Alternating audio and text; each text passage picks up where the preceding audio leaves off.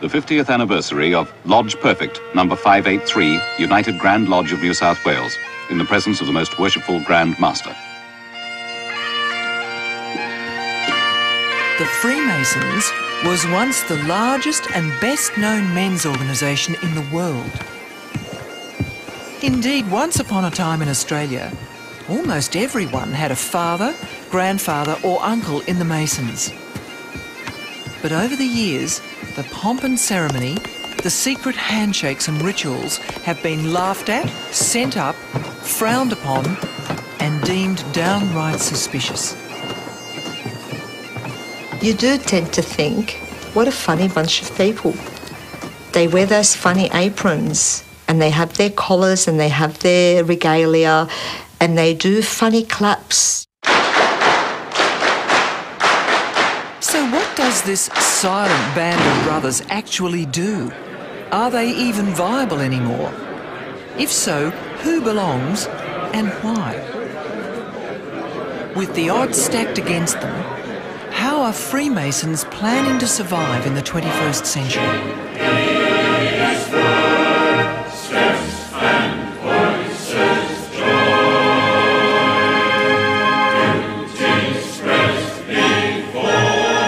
Tonight at Melbourne's Central Masonic Lodge, a new Grand Master will be installed.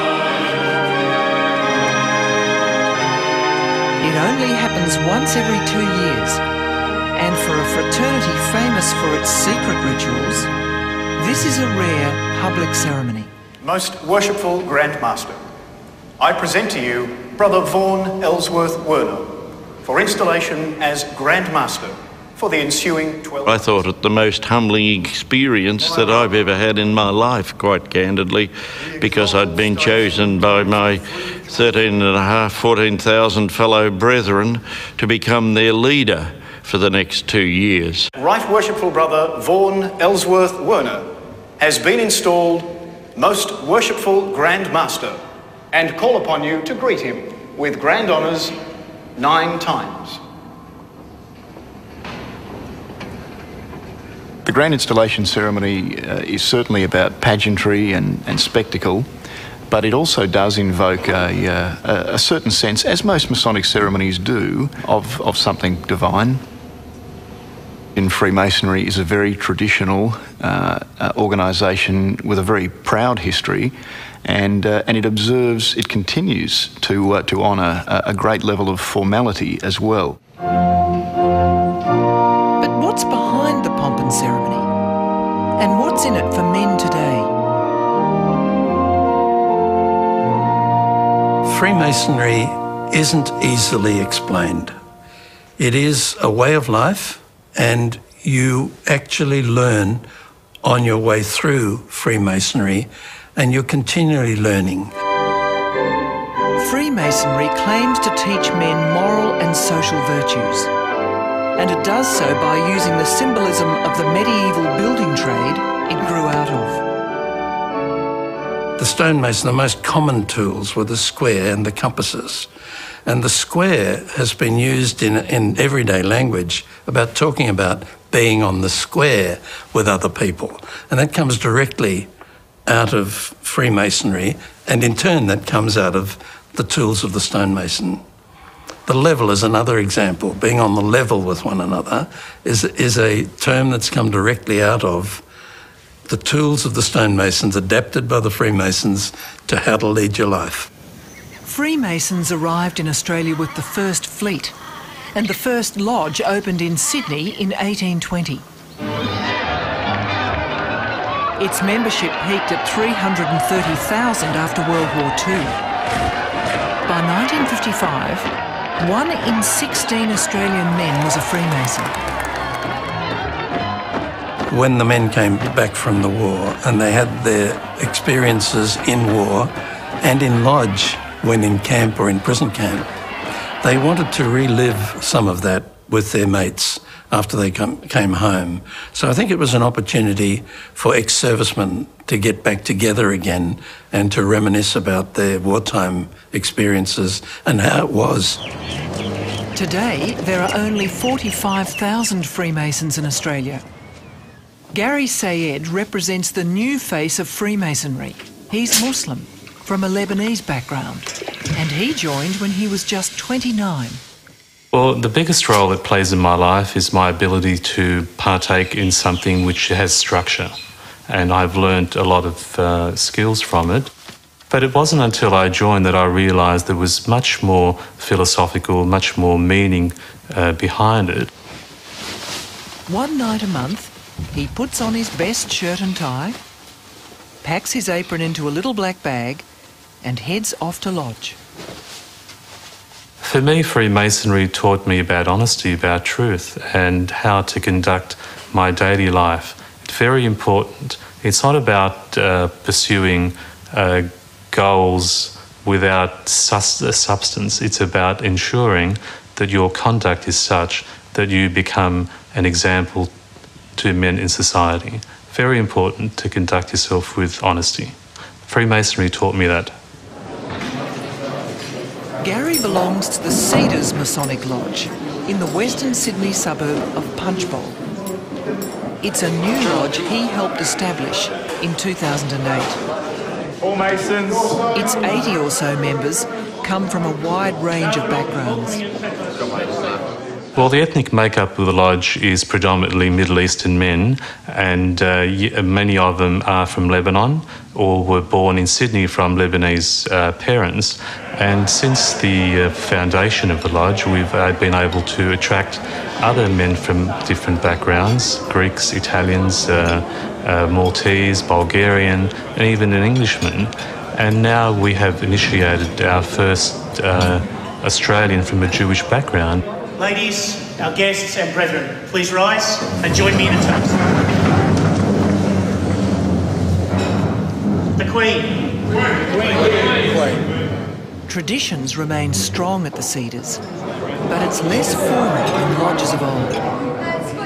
At its monthly meetings, men don't have to wear expensive dinner suits, and wives and partners are more involved. They don't tell us their secrets. They will not let us in their private lodge room when they're doing their ritual. But everything else they will discuss in front of us, and they'll discuss with us, and they will seek our opinion. But when Gary first joined the Freemasons in 1992, his wife Noah was suspicious and concerned. I was really, really worried. He came home one day and he said that he was going to join Freemasonry, and I automatically hit the panic button. My biggest concern at the time was that he was going to change religions, because you hear a lot of stories about Freemasons being, having to be Jewish or having to be Christian or having to be this and that, and you really don't know what to believe when you're just hearing it from other people.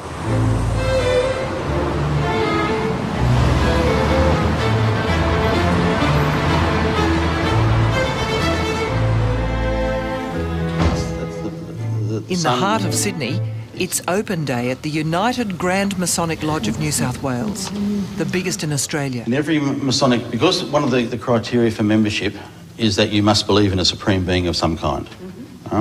So we have a symbol in the lodge that represents the supreme being. We call the supreme being the great architect of the universe.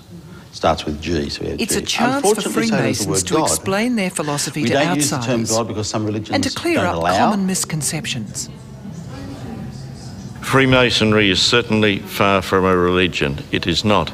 But it puts into practice the teachings of the great religions on earth, whether they be Christian, whether they be Muslim, whether they be Hindu, whether they be Buddhist. They all come together on the point of peace, and also in view of love and harmony for one's fellow man.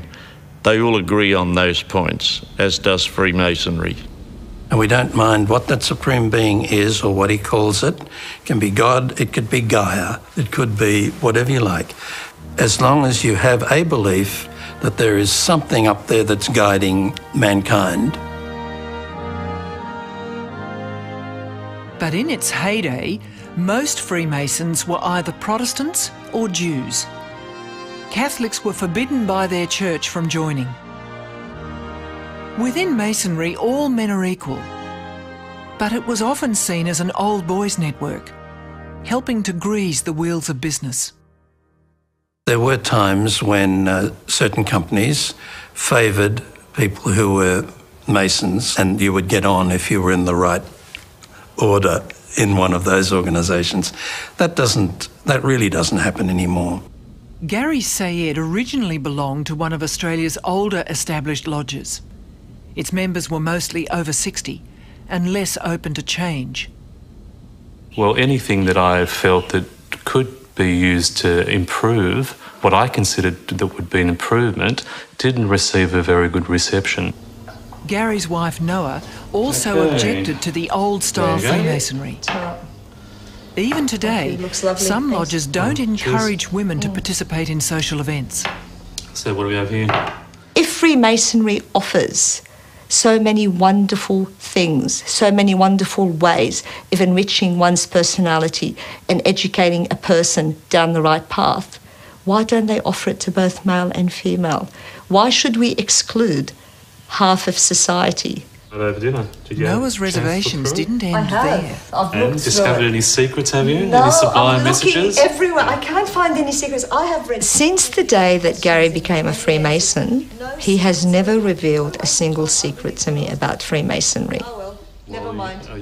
She's very inquisitive and wanted to know detail to which I couldn't expand on. Just one. Right on the front cover, there's a secret. And that would create some tension, some friction. I'll read it again. But first I need to understand the front cover. I think the secrecy, which has been a trademark of Freemasonry through generations, has had a negative effect, because those who are not members of Freemasonry wonder why Freemasons have secrets, what those secrets are. And so you get all kinds of urban myths about Freemasonry, misunderstandings and suspicions about what we actually do in the lodge room.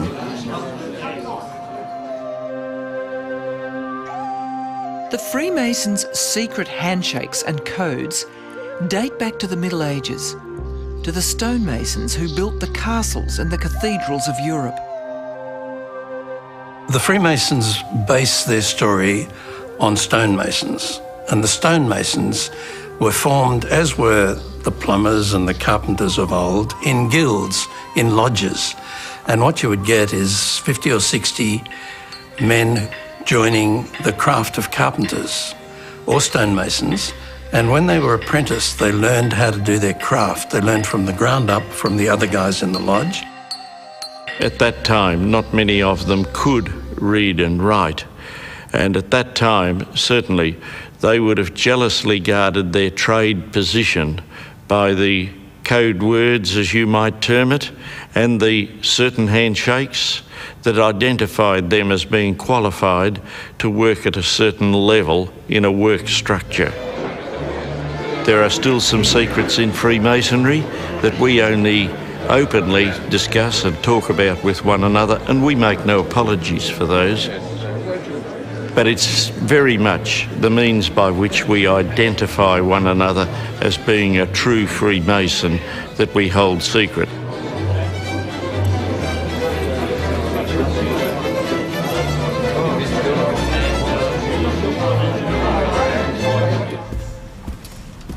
The United Grand Lodge of New South Wales in the heart of Sydney has 5 lodge rooms, each with the trademark checkerboard floor. This is where Freemasons conduct their secret rituals. The tessellated pavement that you see here can be seen in every lodge in Freemasonry around the world. And it's significant because it symbolises, the white and the black squares symbolise what you might meet in your lifetime. You'll see good things and bad things, which are symbolised by the white and the black squares. And you're reminded as you walk on this pavement that life is full of ups and downs, and to make your way forward despite that. When a candidate comes in to the lodge room for the very first time, he's blindfolded.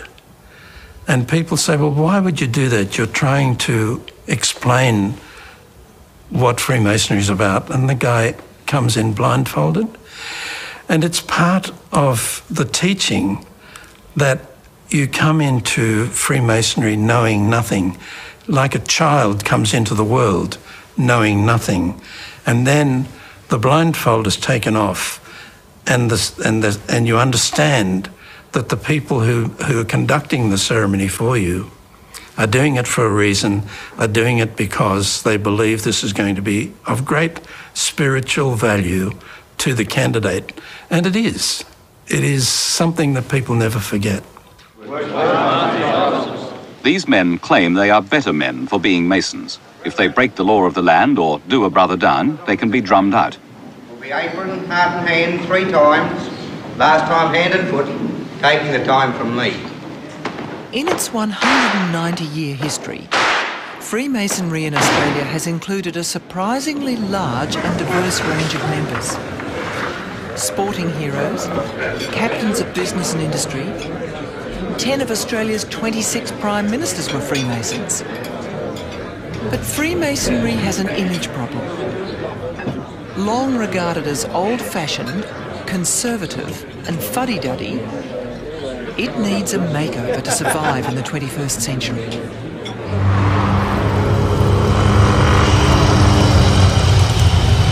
In Victoria, Freemasons are reinventing themselves in surprising ways.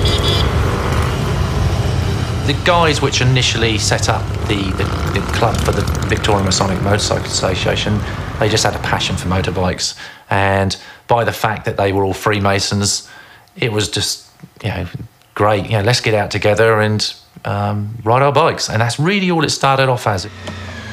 The Victorian Masonic Motorcycle Association is also open to wives, family and friends. Even though women don't actually participate and are not full Freemasons within the Freemasonry Victoria, I do feel that I am a member of Freemasonry Victoria because I've been part of that Freemasonry family. Ever since Ian first joined Freemasonry, I've been involved. In November, the club organised an 8-day fundraising ride around Victoria to raise awareness and money for cystic fibrosis. 25 riders, men and women, took part and raised more than $80,000. One of the activities of Freemasons has always been to work in charity. It's an area that Freemasons are taught is important, to share your well-being with others who are less fortunate. Charity is one of the 3 core tenets of Freemasonry, along with brotherly love and truth. But charity, or relief as it's called in Masonic terms, is considered the greatest. The good thing about Freemasonry is that it's not just about charity, it's about morals and ethics and the way we stand as a person within our community. So I think it develops you in that side of things, as well as the charity and the social side. So I don't think that we would have achieved the same thing if we had joined a social club. The Victorian Charity Ride is also a chance to fly the flag for Freemasonry. In the past, Freemasons have kept their activities low-key. Freemasonry, if it's going to survive, has got to be more public. I've got a T-shirt with the logo on. I've got T-shirts with my lodge name on, and I'll wear them out when I go shopping, when I go out to dinner. I'm very proud of being a Freemason, and if anybody wants to ask me about Freemasonry, I've got no problem. I'll tell you about it. So, Mr. Sayed. In Sydney, Gary Sayed is at his local high school to hand over a cheque for student welfare. Mrs. McNally, on behalf of the members of the Cedars Lodge, the Southern King, and the Freemasons of the Southern Shire, I have this opportunity to present to you a cheque. Charity is the heart of Freemasonry. It's something that we try and achieve at most of our meetings to ensure that we establish a corpus to support charities in need. Peter Lazar is a Freemason of more than 50 years and author of the first comprehensive account of Freemasonry in Australia. It was commissioned by the Freemasons when they heard best-selling author Dan Brown was about to make them the subject of his next book. We were nervous because we knew that his previous best-selling book, The Da Vinci Code, was very critical of the Catholic Church and very critical of Opus Dei. We thought that Dan Brown would probably say some things about Freemasonry that wouldn't be right, and we could react negatively, but instead we encouraged the Grand Master, who was going to be asked by the media what he thought about it. We encouraged him to say, look, we'll make people interested in Freemasonry, and that's good for us because we're prepared to talk about it. So we actually used the publishing of the Dan Brown book as an opportunity to open the doors into Freemasonry and to say to the public and to the media, hey, ask us about it, we'll tell you. Peter Noonan was the youngest man ever accepted into a lodge in Victoria. I joined because what I saw them do for my stepdad was something that I wanted to do for other people. He was just 19 when he joined 10 years ago, not long after his stepfather died of brain cancer. A lot of people just came out of nowhere, it seemed, and were helping him and sitting with him, reading with him, taking him to appointments, helping us, things around the house, just doing all these things that was just amazing. And these people, I didn't know who they were. And one day I asked, I said, who are you guys? And they said, oh, we're Freemasons, your stepdad's in our lodge. He'd only been a Freemason for about a couple of months, actually, but they were treating him like they'd known him forever. And it was fantastic. Okay, young Pete. All right, son. Good to see you. Peter is a young man. He's come a long way in Freemasonry in a short period of time. But at the same time, the progress that Freemasons make is very individualistic. It's a matter of whether they have the time, whether they have the commitment, and whether or not they're able to reach perhaps the level of the worshipful master of their lodge. Tonight, Peter's being installed as a worshipful master. The investiture is normally a private ceremony and off limits to outsiders. But tonight, Freemasons Victoria has decided to reenact part of Peter's investiture for visitors. The worshipful master is, for all intents and purposes, like the chairman of the committee, chairs the meetings, runs them, opens it, conducts the business as required. It's a big job. A lot of organisation goes into it, and but it's also very rewarding. It's been my privilege to install the new worshipful master of the lodge, worshipful brother Peter Noonan. I believe that young men do in fact have something missing in their lives and they're aware of it. It's largely the practice of some moral virtues, some moral guidance, philosophical guidance in life. To some extent, Freemasonry can fill that gap in their lives. He's expected to act with honesty and uprightness in all his dealings with anyone whatsoever, whether that person be a Freemason or a non-Freemason. He treats all as equals. It affords them the opportunity to mix with a body of men who have been through their life's experience and have the time to stop and talk to them and discuss these issues with them. Unfortunately, quite a lot of Masons that we have today are in the upper age brackets. So they are dropping off the twig, and replacing them with young men is the task which the lodges around Australia have given themselves. I now invest you with the collar and jewel. I feel that the future of Freemasonry is really held in the youth's hands. It will never be probably what it was in the 50s after the war and things like that. Generally speaking, the perception is that Freemasonry has missed the opportunity.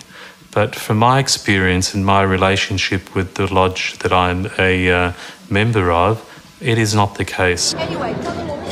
We may have dropped the ball some time, but currently we are active ensuring that we have a long, viable future. I think the idea is to pay. Since we've started to talk more about it and to explain that there's nothing sinister in the secrets of Freemasonry, people have come forward and have asked more questions and have wanted to know more. And providing we can bring it into the 21st century and maintain some of those great morals and values which we espouse, I think it has a future for men in Australia.